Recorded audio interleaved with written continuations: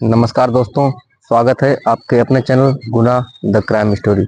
मैं ऋषि हाजिर हूँ आपके लिए एक नई कहानी लेकर। आज की कहानी उत्तर प्रदेश के हापुड़ जिले की है। NH-24 यानी Delhi Lucknow national highway. Highway से बहुत सारी गाड़ियाँ रोज गुजरती हैं।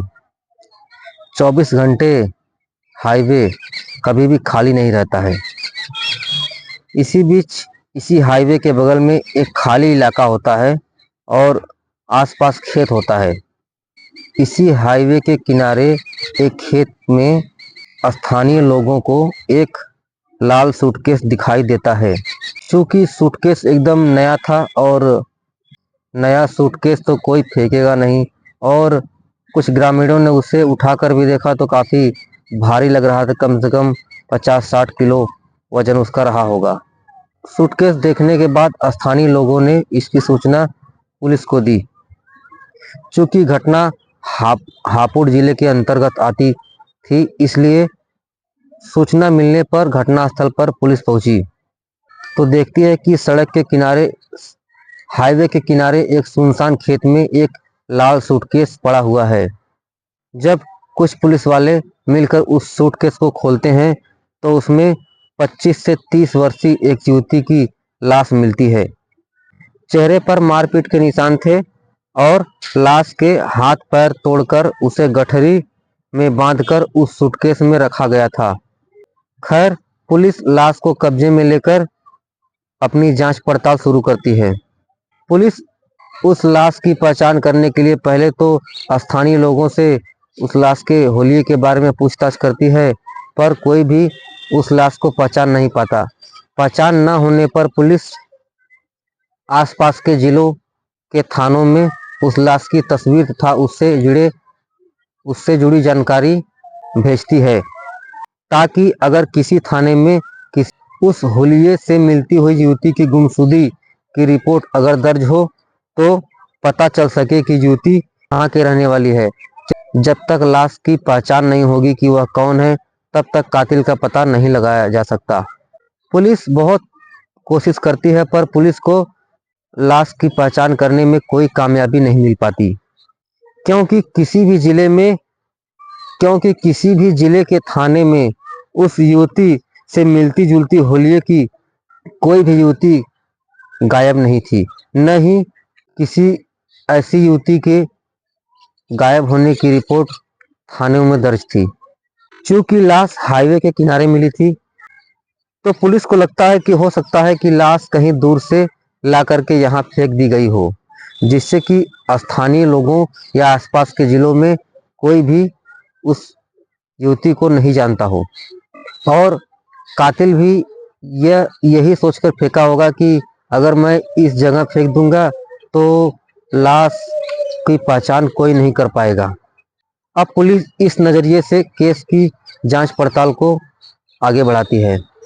उस हाईवे पर इतनी सारी गाड़ियां गुजरती रहती है और हाईवे पर बहुत दूर दूर तक CCTV कैमरे लगे हुए हैं, जिससे कि पुलिस को जांच में परेशानी हो रही थी।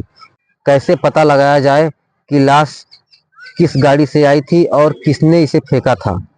पुलिस अब उस घटना स्थल पर पहुंचती है और देखती है कि उस जगह से हाईवे के दोनों तरफ जो टोल लगे हुए हैं, उन दोनों टोल के बीच की दूरी 5 किलोमीटर थी।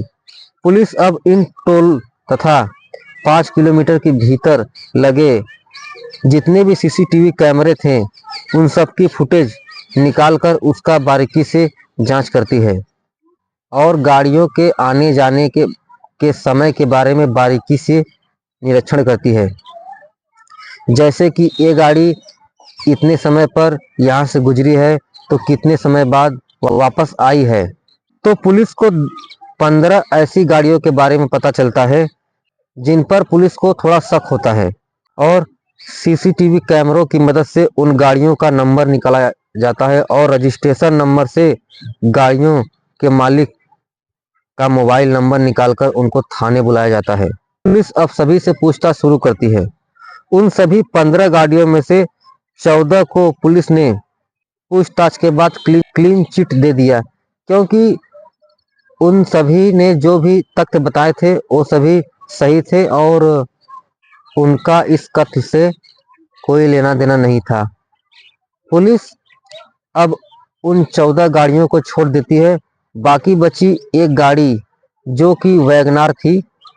पुलिस ने जब उस वैगनार के मालिक का नंबर निकाला और उसके लोकेशन का पता किया तो उस वक्त जब ये सूटकेस फेंका गया था तो उस वैगनार कार और उसके मालिक का लोकेशन उसी जगह था जहां पे ये सूटकेस फेंका गया था। पुलिस ने अब उस वैगनार कार के मालिक को थाने बुलाया और उससे पूछताछ शुरू की। तो उसने बताया कि मैं अपनी कार को कैब के रूप में चलाता हूँ। अब पुलिस ने वो लाल सूटकेस की तस्वीर उसे दिखाई और पूछा, क्या तुम उस रोज इस सूटकेस को अपने साथ अपनी गाड़ी में लेकर आए थे? तो उसने पुलिस को बताया कि हाँ साहब, मैं ही उस लाल सूटकेस को अपने साथ गाड़ी में लेकर आया था, पर यह सूटकेस मेरा नहीं है। दरअसल उस रोज मेरी कैब को गुड़गांव से 2 लोगों ने बुक किया था। तभी एक तीसरा आदमी जो कि बाइक से वो सूटकेस लेकर आया और उसी ने मेरी गाड़ी में वो सूटकेस रख दिया और फिर अपनी बाइक वहीं पास में खड़ी कर कर तीनों लोग मेरी कैब से इस हाईवे से हापुड़ की तरफ आए। फिर रास्ते में सुनसान जगह देखकर उन लोगों ने कहा कि हमारा घर यही पास में है, हमें यहीं उतार दो। तीनों लोग उस सूटकेस को लेकर वहीं उतर गए और मैं वहां से वापस चला आया। अब पुलिस पूछती है कि तुम्हारी कैब को किसने बुक किया था, उसका नंबर दो। तो कैब का मालिक पुलिस को उस आदमी का नंबर दे देता है जिसने उस कैब को उस दिन बुक किया था। पुलिस मोबाइल नंबर से उस आदमी का नाम पता निकालती है तो पुलिस को पता चलता है कि कैब बुक कराने वाले का नाम नागेंद्र उर्फ अंशुल है। पुलिस अब अंशुल को उठाती है और लाश के बारे में पूछताछ करती है।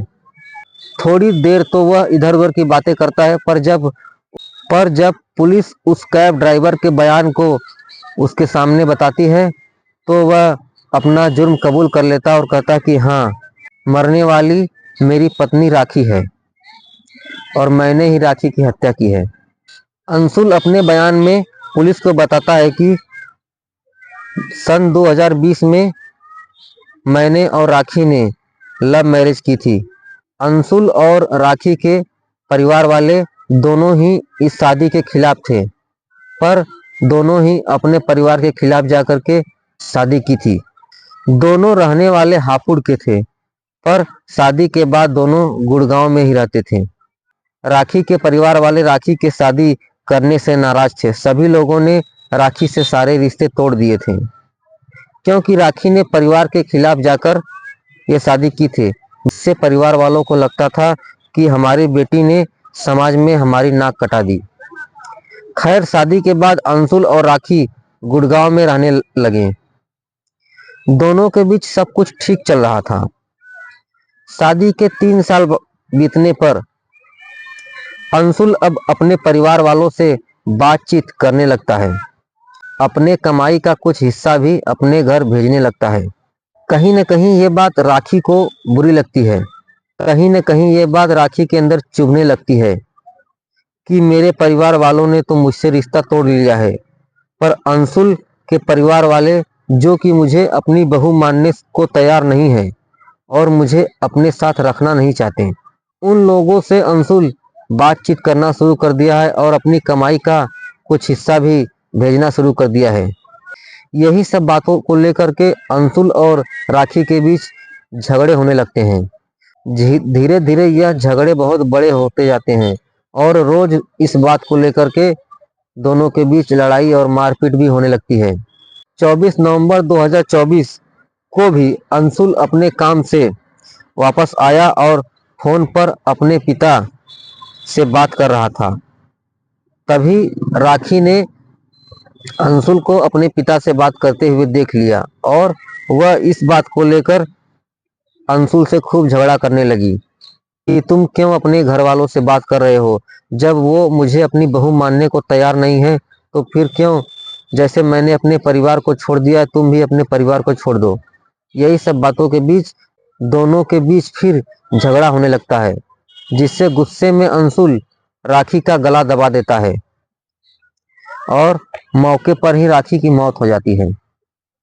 राखी की हत्या करने के बाद अंशुल ने उसके चेहरे पर कई वार कर दिए, जिससे कि उसका चेहरा काफी बिगड़ गया था, जिससे राखी की पहचान न हो सके। राखी को मारने के बाद अंशुल ने अपने पिता को फोन किया और सारी बात बताई कि मैंने अपनी पत्नी राखी को मार दिया है। चूंकि अंशुल के परिवार वाले इस शादी से पहले से ही नाराज थे, तो उन्होंने इस हत्या करने के बाद अंशुल का साथ दिया और कहा कि तुम पहले जाकर एक सूटकेस लेकर आओ और उसमें राखी की लाश भर करके गुड़गांव लाओ और हम एक लोकेशन भेज रहे हैं, उसी पर एक कैब बुक करके भेज दो। अंशुल ने ऐसा ही किया। पहले कैब बुक करके पिता के बताए गए लोकेशन पर भेज दी और फिर घर से वो सूटकेस लेने के लिए मार्केट के लिए निकला। अंशुल कई दुकानों पर गया, पर हर दुकानों पर सीसीटीवी कैमरे लगे हुए थे, जिससे अंशुल घबरा गया और उसने सूटकेस नहीं लिया और मार्केट से बाहर आया तो उसे एक गली में एक छोटी सी दुकान दिखी, जहां पे सीसीटीवी कैमरे नहीं लगे हुए थे। अंशुल ने उसी छोटी सी दुकान से वो सूटकेस खरीदा जहां पर कैमरे नहीं लगे हुए थे और वापस अपने गुड़गांव वाले मकान पर आ गया और राखी के लाश का हाथ पैर तोड़ करके उसे गठरी में बांध कर उस सूटकेस में भर दिया और फिर बाइक से पिता के बताए गए लोकेशन पर सूटकेस लेकर पहुंचा, जहां पे उसके पिता और उसके जीजा दोनों कैब में उसका इंतजार कर रहे थे। फिर अपनी बाइक को वही पास में खड़ी करके सूटकेस को कैब में भरकर तीनों लोग हाईवे से हापुड़ की तरफ निकले और फिर एक सुनसान जगह देखकर कैब रुकवाई और कहा कि यहीं पर हमारा घर है और हमें यही पास में उतार दो। फिर कैब वाले ने ऐसा ही किया।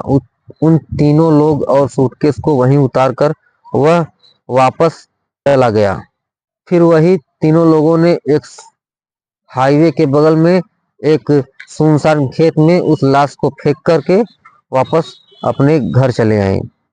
उन्हें लगा कि वह नहीं पकड़े जाएंगे, पर पुलिस की इतनी बेहतरीन इन्वेस्टिगेशन से तीनों पकड़े गए और तीनों को अपने गुनाहों की सजा जरूर मिलेगी।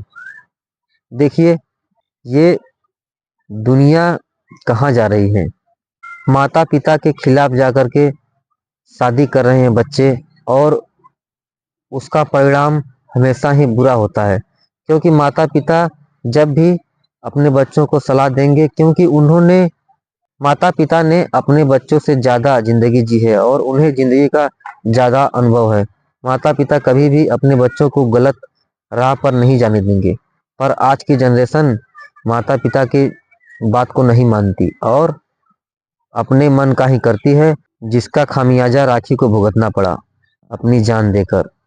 और अंशुल जिसने उससे प्यार का वादा किया था और राखी अपना घर बार सब माता पिता सबको छोड़कर उसके पास आई थी। कुछ गलती राखी की भी है, क्योंकि जब अगर राखी समझती कि आज नहीं तो कल बच्चे होंगे और कितने भी अंशुल के माता पिता नाराज हैं, पर पोते पोतियों का मुंह देखकर वह आज नहीं तो कल बहू को माफ कर देंगे। राखी को यह बात समझनी चाहिए थी और अंशुल को भी यह बात समझनी चाहिए थी कि दोनों को तालमेल बिठाकर ही सुखी जीवन को आगे बढ़ाना चाहिए था, पर रोज रोज की लड़ाई झगड़े से अंशुल ने राखी का गला दबाकर उसकी हत्या कर दी। खैर, आज की कहानी में बस इतना ही। मिलते हैं कल किसी और कहानी के साथ। तब तक आप सभी सावधान रहें, सुरक्षित रहें। जय हिंद, जय भारत।